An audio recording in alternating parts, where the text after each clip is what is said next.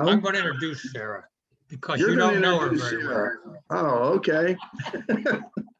We're very fortunate today to have Sara, one of our own Kiwanians. Okay. As you know, Sara works at the 3rd Street Alliance in downtown Easton in the development department and is in charge of the grants and contract.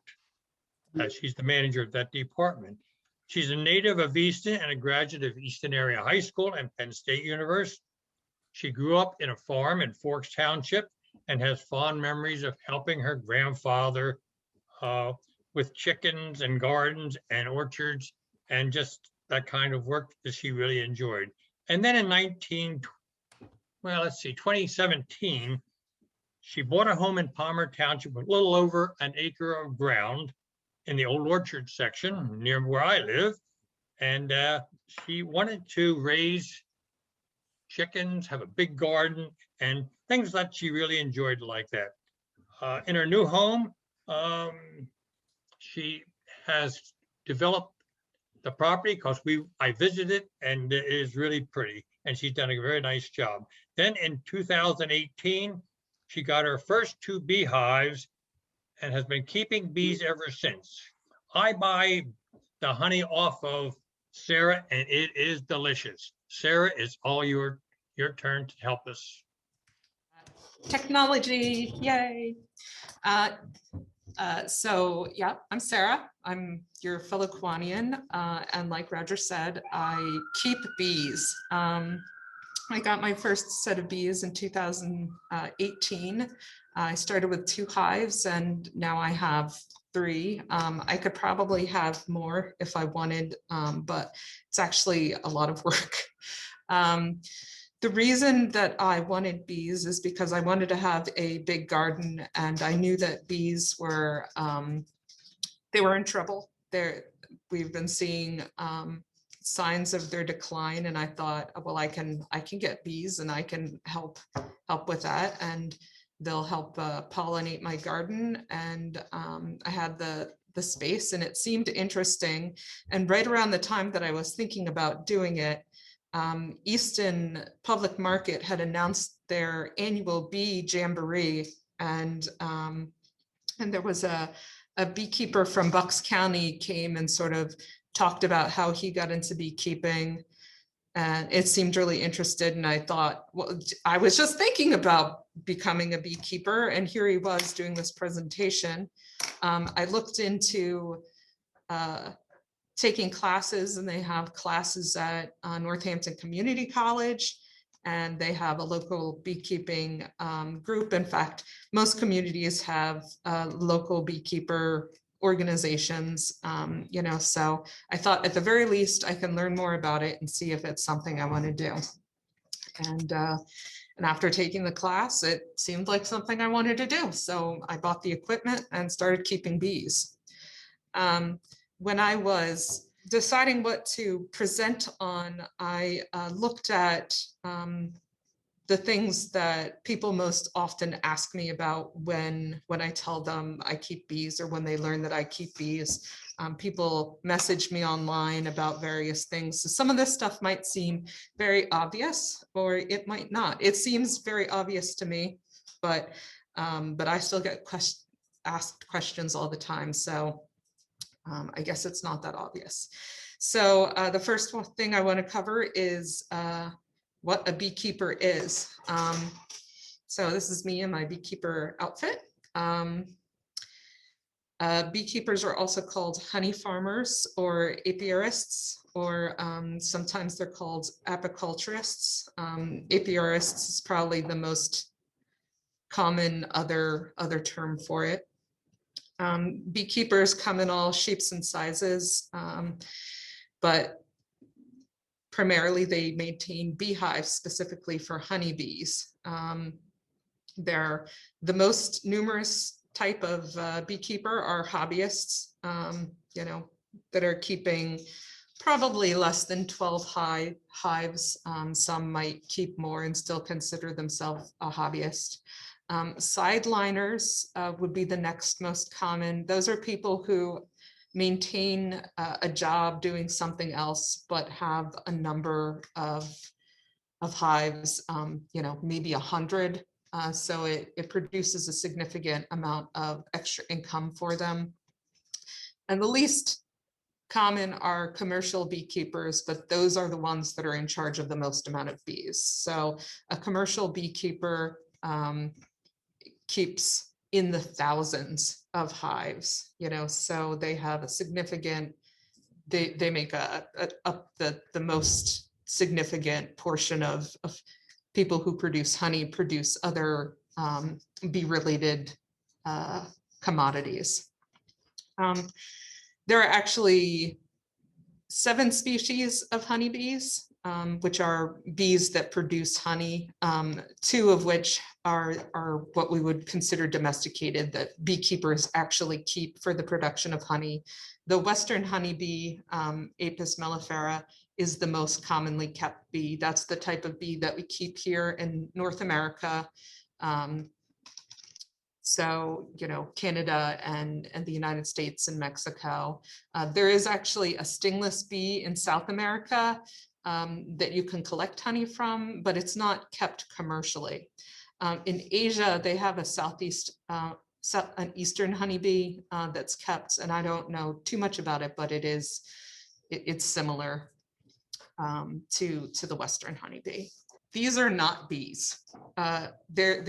You'll see that this is what a honeybee looks like. This is not a bee. This is a German yellow jacket. Another common one that you'll see in this area are bald-faced hornets. This is a European hornet, paper wasps, bumblebees. I get a lot of contact from people who are like, oh, I have a bee's nest. Do you want to come and get my bee's nest? And what they have is a bald-faced hornet's nest or a yellow jacket nest. Bees can live, honeybees, first of all, are native to Europe and from the Mediterranean area. So they prefer warm. They can live, obviously, in this area, but to live in the wild of the Northeast or northern parts of the country, they need old growth wood. They would live in the hole of a tree, or within the walls of a house or shed or some type of thing. They can't. What they do is they build wax comb, usually right out in the open. So in order for them to live like that, you need like southern states or the warm climate of Europe, like Italy, Greece. Wasps, hornets, yellow jackets, and bees are all common pollinators, and they're all beneficial, but only the honeybees produce honey and are kept for agricultural purposes. Some honeybees and native bees that are common are mason bees, carpenter bees. We have a lot on my property. They're quite big. Bumblebees, of course, are about the size of a honeybee, but they're fat. Leaf petter bees are common as well. And then things that are not bees include yellow jackets, bald-faced hornets, paper wasps, mud daubers, cicada killers. Again, they're all beneficial and they can all do pollination activities, but they're not the same. A big difference, if you look at the picture, is bees, like the honeybee or the common bumblebee, are furry, whereas things that are not bees are not furry. Bees actually are vegetarian, and so their primary protein source is pollen. So whereas not bees are carnivorous, they eat other insects. The fur on bees helps, they build up a static charge. So when they land on flowers, the pollen goes right to them. It helps in that collection of pollen, where not bees might collect nectar, especially to feed their young. They're not eating pollen, so they don't need any special mechanism for collecting it, essentially. So here's some common houses for not bees. This is a bald-faced hornet nest. These are mud dauber homes. Yellow jackets make paper combs that are usually exposed. I see them, they make them a lot of times in the corners of garages or the corners of structures that are covered and are problematic because they're close to where you are, you know, where you're entering and exiting. This is a picture of a bee's nest, kind of just out built on a tree branch. The main difference you'll see is that bees nests, honeybees specifically, make nests that are made out of wax rather than paper or mud. Other bees do not do that. So another question I get all the time is, where do beekeepers get their bees? I would say that for beginning beekeepers, the most common place that they get them are what's called a package bee, a package of bees. This is a package of bees up here. It's about 3 pounds of bees that also include a queen, workers, and drones. They're usually from the south. Places like Georgia can build up supplies, and you'd get them starting in March and April. They start to be delivered to northern states. The next most common way to get bees is from what's called a nuke. So it's short for a nucleus, which is a little hive. So with this is a nucleus. They contain a couple of frames of bees and the queen and drones, just like a package would, but they're on frames that have already been drawn out. So wax has already been built on them. So it gives them a little head start. And nucleuses are usually purchased from local stocks. So from queens and from hives that are established in the area that you're buying them. So the northern, you know, if I was buying a nucleus, it would be from Pennsylvania or New Jersey. So the bees are used to the colder weather that we have here. The next, if you already have hives, the most common way to get more bees is splitting your hives. You can take frames of worker bees and move them into a brand new hive without a queen, and the workers will create a queen. It's called a walk-away split. So they'll notice that the pheromone that the queen gives off is now no longer present. And this also happens if the queen dies. They notice that the pheromone that the queen gives off is no longer there. And so they'll turn eggs into queen cells that they feed a specific royal jelly, which helps produce a queen. And a couple of queens will be born, and the first one to be born will kill the rest of the queens and start producing. You can buy full hives, maybe from another apiarist, somebody who has too many, or who is maybe giving up the hobby. That's significantly less common. And the last way is swarms, which either your own hive might swarm, which is they've produced a second queen and half of the hive is going to fly away, or you can set up swarm traps to capture someone else's swarm. These are pictures of swarm traps set up in trees. They have a lure scent, which is like a lemon balm scent that they put in there. There are certain scents that bees are attracted to. So you can buy those manufactured to lure hives and swarms into them. Let's see. Last April, one of our own hives swarmed, and it swarmed into the tree right next to where we keep our hives. If you see in this picture, this is one of our hives, and this tree is right next to there. So they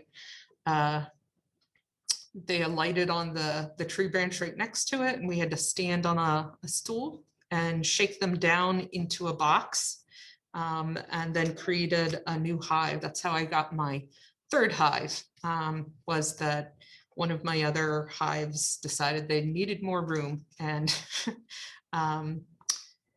we had, and I was luckily, I noticed it, and we were able to capture them. So what happens when that is that the queen in the hive that the swarm is happening is the queen will create additional queen cells, and when the new queen is born, the old queen will take half of the hive and leave. So the swarm always contains the old queen, and the hive contains the new queen, who is a virgin queen, will have to go on a mating flight before she's able to start producing eggs. But it's, if at all possible, you want to prevent your hives from swarming. It's better to keep them all as a big hive. They're more productive that way. But you know, you can do it. This is me. I'm the one who had to go up and brush the bees out. Bees that swarm bunched together like this, somewhere in the middle of this ball is the queen. They're extremely docile. This happens most in our area around May, and may happen again in July. You might see swarms of bees on low branches. Sometimes they'll even congregate on like a bicycle or a car. They're extremely docile when they're swarming, so they're very unlikely to sting. And if at all possible, you should contact a beekeeper to come and get them, because it's like gold. It's free. They're free bees. Free bees.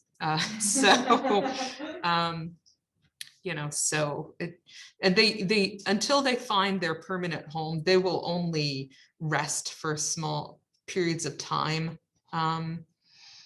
You know, probably in an inconvenient place, like on a low tree branch or on a car or a bike. They're not going to make their permanent home there. They're just resting. So that's a swarm. Some of the other places that, you know, but so setting up a hive. You'll see in the upper right hand picture, you don't need a lot of room to set up beehives. You can, I think it's something like, you can set up something like 3 hives per quarter acre. So without a lot of land, you can set them, and you can put them right next to each other. My hives are, this is a picture of my hive. The ones in the white are right next to each other, which makes it easy to work on them. You can keep hives, well, first of all, you want the location to be sunny and south facing for the bees. It's nice to have some type of break, like a tree or bushes, because you don't want bees like flying into people's heads. So when you have some type of obstruction, they'll go out of their hive and then go up. When they're foraging, they get high in the air so that they can see what's going on. This is what a hive unassembled looks like, or this is a complete hive. This is where the bees live. They sit on a hive stand. There's a bottom board, which is where the hive stand is part of also the landing board, where bees that are coming into the hive land, or exiting the hive go out. In times of scarcity, when there isn't a honey, a nectar flow, or a lot of things blooming, you would put an entrance reducer on. This prevents other bees from getting into the hive and trying to rob, or or from hornets or yellow jackets from getting in and trying to steal nectar. The smaller entrance here allows less bees to protect the hive from predation. But when there's a lot of resources available for everyone, you would take it off so the maximum amount of bees can go in and out. The next part of the hive are the deep hive bodies. These are basically, they're about 9¼ inches tall, and they have longer frames. It's where the queen lives, and she lays her eggs, and the brood is kept above these. Usually, most beekeepers keep 1 or 2 hive deep hives, which is two deeps for the queen to lay eggs. That's usually enough space for a decent sized hive. These are heavier, and like the more room you give them, the more likely it is that instead of the queen laying eggs, the workers will put honey in there, and that's not what you necessarily want. To prevent, or the place where the honey is kept is on the upper part of the hive in what's called honey supers. These come in a couple of different sizes. I keep mediums, which are about 6 3/4 inches tall, but they do make small hive honey supers as well, which are like something like 4. To keep the queen from going up to where the honey is kept, you put a queen excluder in, which is a screen that has a mesh that's big enough for workers to go through, but not big enough for the queen to go through. And what that does is keeps the queen down here laying eggs and prevents her from going up to where the honey is kept, so that she's not laying eggs up there. If you're taking honey out to be used, it becomes a pain in the butt if some of the frames have eggs and baby bees in them. That's not what anybody wants. On top of the honey super is an inner cover, which prevents moisture from entering back into the hive. And then the outer cover prevents rain and birds and things from getting in. It's a lid, essentially. Let's see. So the next thing you may be interested in is what beekeepers wear to keep themselves safe. Once you have been keeping bees for a while, you get a sense for how each hive behaves. It's less like a cat or a dog, where each one of those things has a specific personality. For bees, each hive has its own personality. So all the bees in the hive kind of act a certain way. That has to do with genetics and pheromones. So it is possible to go into the hive with no protective gear, but if you're going in to do a lot of stuff, it's always good to be wearing protective gear. So the full situation, the most important part, I would say, is the hot hat and veil, or the full hood. This is what the hat and veil looks like. This is what the hood looks like. And this is to protect your face and neck. That's where bees will go to be. They know that the most pain that they can cause are located near the nose and the eyes. So to protect themselves, that's where they will sting. The next thing I almost always wear are leather gloves, and these go up to your elbow. So the bees can't get in and get you at the wrist. They do have full length suits with gathers at the wrist and ankles, because bees will try to get up into places. A lot of times I just wear the jacket and a pair of jeans. The jacket has a cinch at the waist and the wrists. If you're feeling very nervous about what your bees might do, work boots and rubber galoshes are good, because they can go after your feet, but it's the least likely place that they'll go after. So usually sneakers is fine.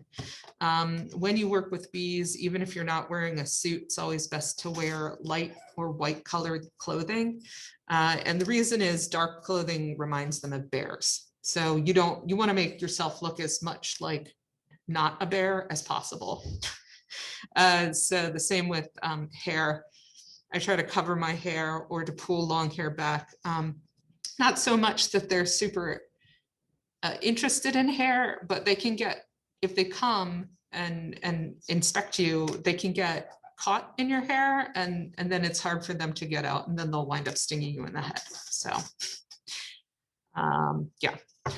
Some of the tools that you use to work in a hive include the smoker. It's probably the most, one of the most important. This, you put pine needles or wood chips in there and you set them on fire to get smoke. This hides your own pheromones. It disguises the pheromones that other bees might be signaling. If you accidentally squish them, they set up a pheromone that says, hey, the hive is under attack, go and sting. But the smoke disguises that. It's helpful to smoke down the tops of hives when you open them. You'll see here in this picture, this is what the hive looks like with the very top off. So bees will come up and congregate there, but you don't want them there, especially when you're putting a hive back together, because the chances of you smushing bees is greater. Some of the other tools are these. This one's called the J hook. It's used for taking frames out. Some of these other ones are just regular hive tools, American hive tools, which are used to pry the boxes apart. Bees produce propolis, which is basically like wood glue to stick everything together. It helps keep everything dry in the hive. But it's like glue, so it's really difficult to get the hives apart without some type of lever or wedge. And the next most common thing to use, depending on what you're going in the hive for, is a bee brush, or some people use turkey feathers, and this is to brush the frames off, especially if you're collecting honey frames. You don't want to take bees with you, so you brush them off. They'll go back into the hive and you take the frame. Some optional hive tools include lifters, both the type that lift the frames. They kind of they're like pinchers that you can pull the whole frame up. In commercial operations, they have lifters that lift the whole hive. So if you're taking multiple boxes at a time, each box at like a medium honey super, when it's filled with honey, weighs about 60 pounds, and a deep hive body, if it had honey in it rather than brood, would weigh about 90 pounds. So if you're taking, first of all, it's heavy even if you're only taking one box. But if you're taking multiple boxes, it might be impossible. There's not, beekeepers are not like superhuman strength weightlifters. So if you're lifting 400 pounds from potentially multiple boxes, and in a commercial situation where it might be thousands, they have lifters to help lift. Scales, some beekeepers keep scales where the entire hive sits on a scale so that they can see how filled with honey it is, because the honey is a lot heavier than just empty frames or frames that have baby bees. So they'll use that to monitor. And then frame scrapers, the frames get covered in wax and propolis. So putting them back in, it helps to scrape them before, so that you can close them up. And ratchet straps, I use ratchet straps to keep the top of the box, the frame, the cover on, so that wind doesn't blow it away. When I first got my, I would say within a week of getting my first hives, there was a big storm, and I went back to check on the bees, and it had actually blown the covers off of 2 of the hives and it was raining into the hive. So now we just strap them down. Let's see. So when we're working in a hive, we're looking for a couple of things. Some of it is pretty easy. Like the number of bees, does there seem to be a lot, and what is their basic temperament? When a hive loses a queen, they get very aggressive. So that's an indicator of something going wrong in the hive. We're looking to make sure that there's a good presence of workers and that there aren't too many drones. Too many drones indicates that the queen may have died and now they have a laying worker. Only the queen mates, so she's the only one who can lay female eggs. Male eggs can be laid, any bee can lay those, but you don't want 100 or 1,000 drones because they don't do anything. So the other thing, of course, all of this leads to is we're looking for the presence of the queen. It's very difficult sometimes to see the queen, so sometimes we're just looking for evidence of the queen. These pictures, when you buy a queen from a commercial seller, you can get them marked, or you can capture the queen yourself and mark them with a dot that makes it easier to identify them, but it's still, it's still one queen out of thousands of bees. And she could be anywhere basically within boxes. The way that we determine, other than the sort of general temperament, and provided we didn't actually see the queen, one of the ways that we can determine whether there is a queen is looking for evidence of eggs. So in the upper portion here, we have an egg. It looks like a grain of rice. That means that the queen has been on that frame within the last 0 to 3 days. Easier to spot is larvae, because they look like little shrimps or maggots maybe. That means that the queen has laid an egg within the last 4 to 10 days. So even if we didn't see her, we know that she's been in the hive within the last week. The next thing we're looking for is to make sure that there's capped pupal cells or capped brood. This is capped brood, a cross section. You can see the wax topping here, and these are capped within the last couple of days. This one looks like it's pretty close to being born. So queens hatch within 16 days and drones hatch within 24 days. And new female worker bees hatch within 21 days. So if we only see capped brood, we know that the queen is no longer in there, but she was in there within the last 3 weeks, and it's sort of problematic. So if you can't find bees and you can't find evidence of this, then you've lost your queen. This is sounds like it's playing, a picture of bees being born. You can see them hatching. That's a fun thing to observe. You can see that these cells here don't appear to have new eggs laid in them. This is a frame that has capped brood in it. I'll show you a picture of what actually you can see in this right here. This is a little bit of honey capped, so it's flat against the frame, whereas where brood lives, it looks like a quilt.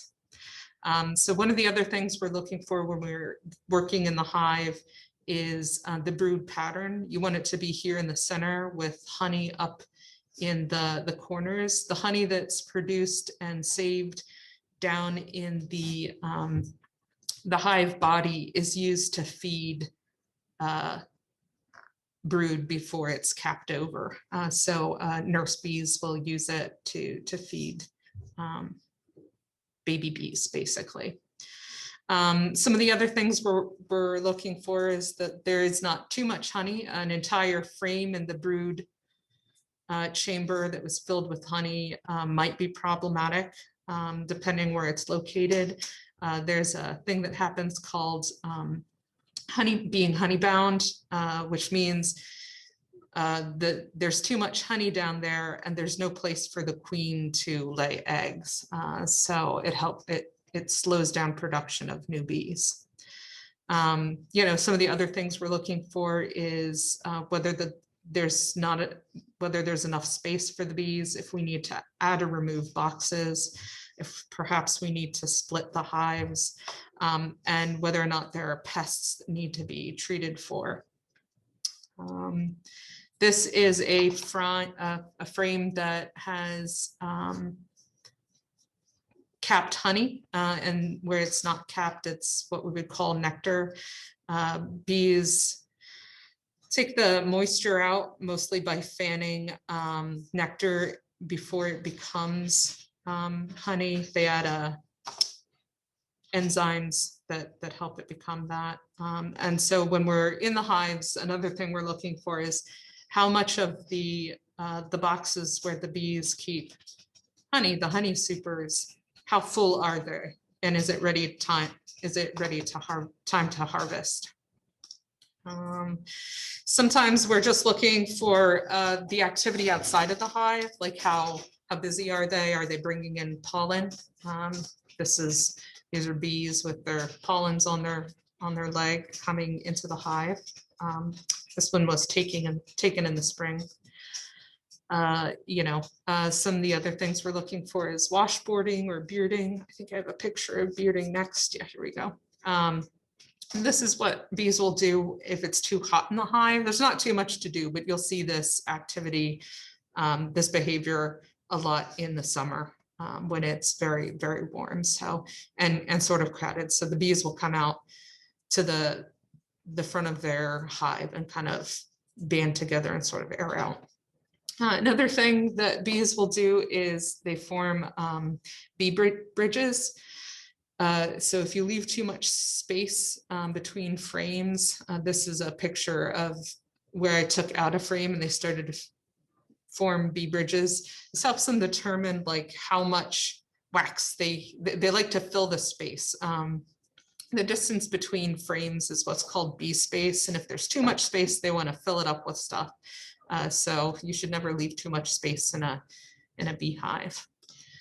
Let's see. Let's see if I can.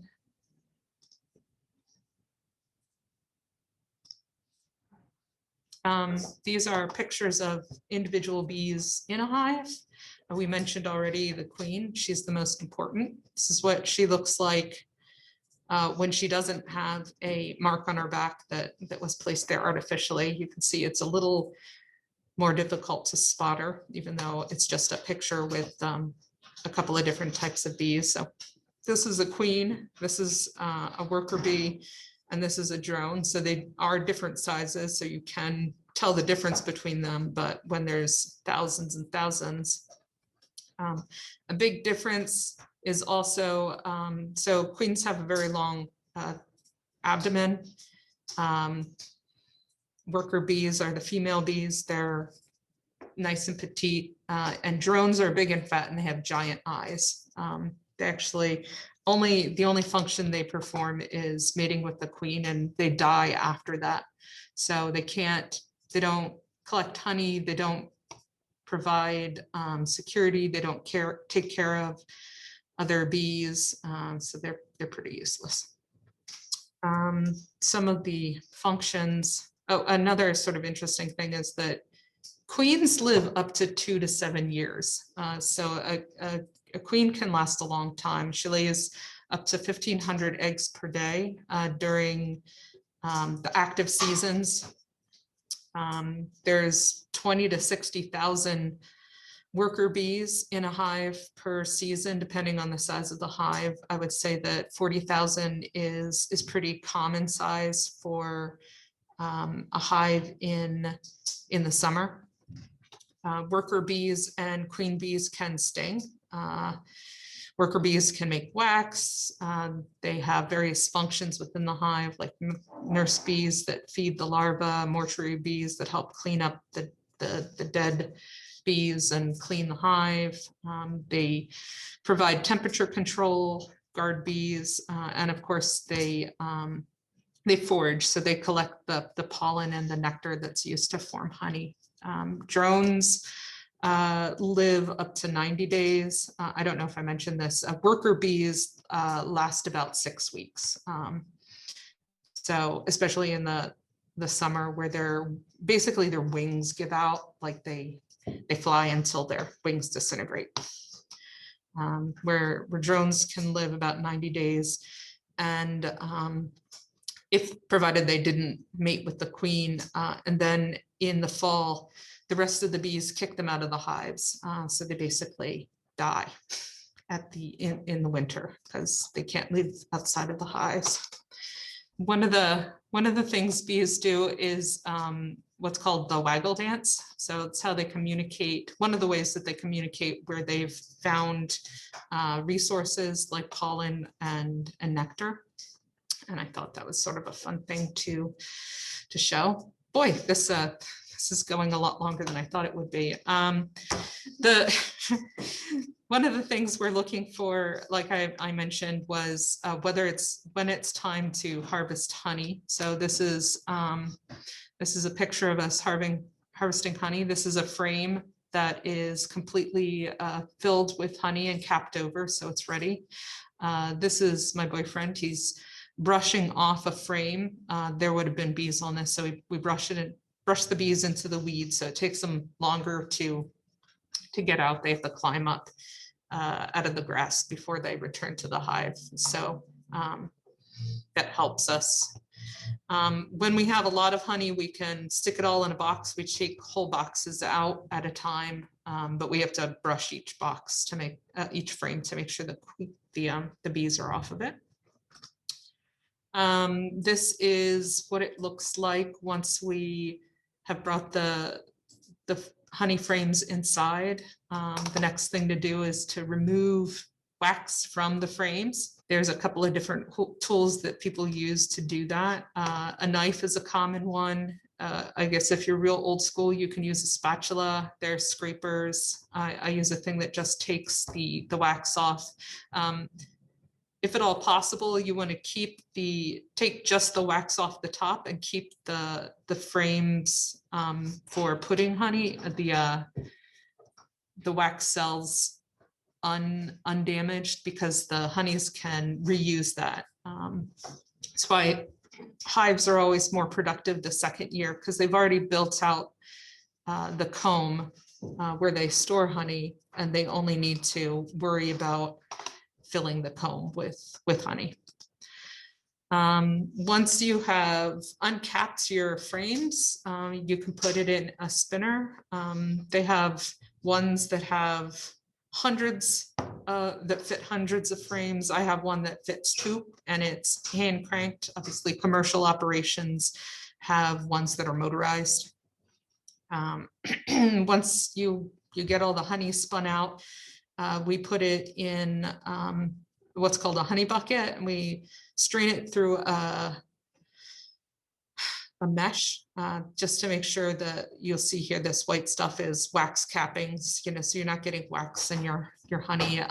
Sometimes there's bee parts like bee legs and bee wings that you also don't necessarily want in your honey. Once a bucket is filled with everything and strained, it can be put into glass bottles. It's really time consuming. It's the most time consuming part of it. This is called a honey gate, so it helps every time a bottle is filled, you can close it real quick. Honey comes in a bunch of different colors, a bunch of different flavors. They have honey wheels that kind of dictate like the floral notes or the notes that you might taste, the same way wine and beers have them. Everything from fruity and floral to cat pee. I haven't had any honey taste like cat pee, but it definitely changes based on the nectar source. So Floral sources that are from, say, trees taste more earthy than, say, clover, which tastes very floral and light and very sweet. Honey comes in a bunch of different colors. Here's some of my honey that was collected last year. The earliest honey is very light. And as the season goes through, it gets darker. This honey is from goldenrod, which has a very earthy flavor that some people really like. There are different types of honey that you may have encountered. Words like pure, that's what you're mostly see when you're at the store. It means that 100% of the product in that bottle is honey and not adulterated with, say, corn syrup. Raw honey is different. So it's pure honey that hasn't been pasteurized.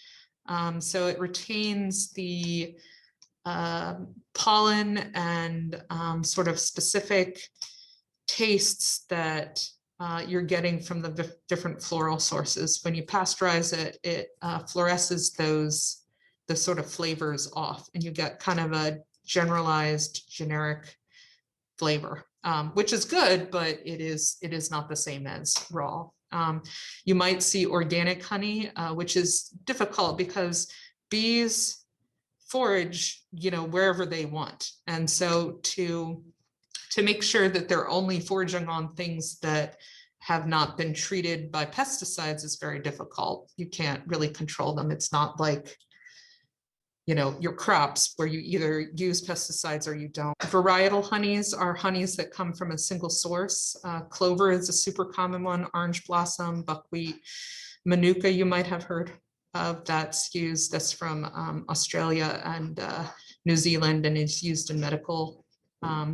Most of my honey all of my honey is wildflower, so it's mixed source, although, there are certain times of year where the type of thing that's blooming is, more prevalent. So clover, or at the end of the year, buckwheat, or goldenrod. Sorry, I actually have to leave in a couple of minutes. So I guess I'll end there and take any questions. But there was a section on, the bees are in trouble, and there's a couple of different reasons why. Some of the ways that you can help them is by planting pollinator gardens, or trees, or keeping your part of your lawn wild. There are a lot of weeds, quote unquote weeds, that are very good for pollinators of all types, not just honeybees.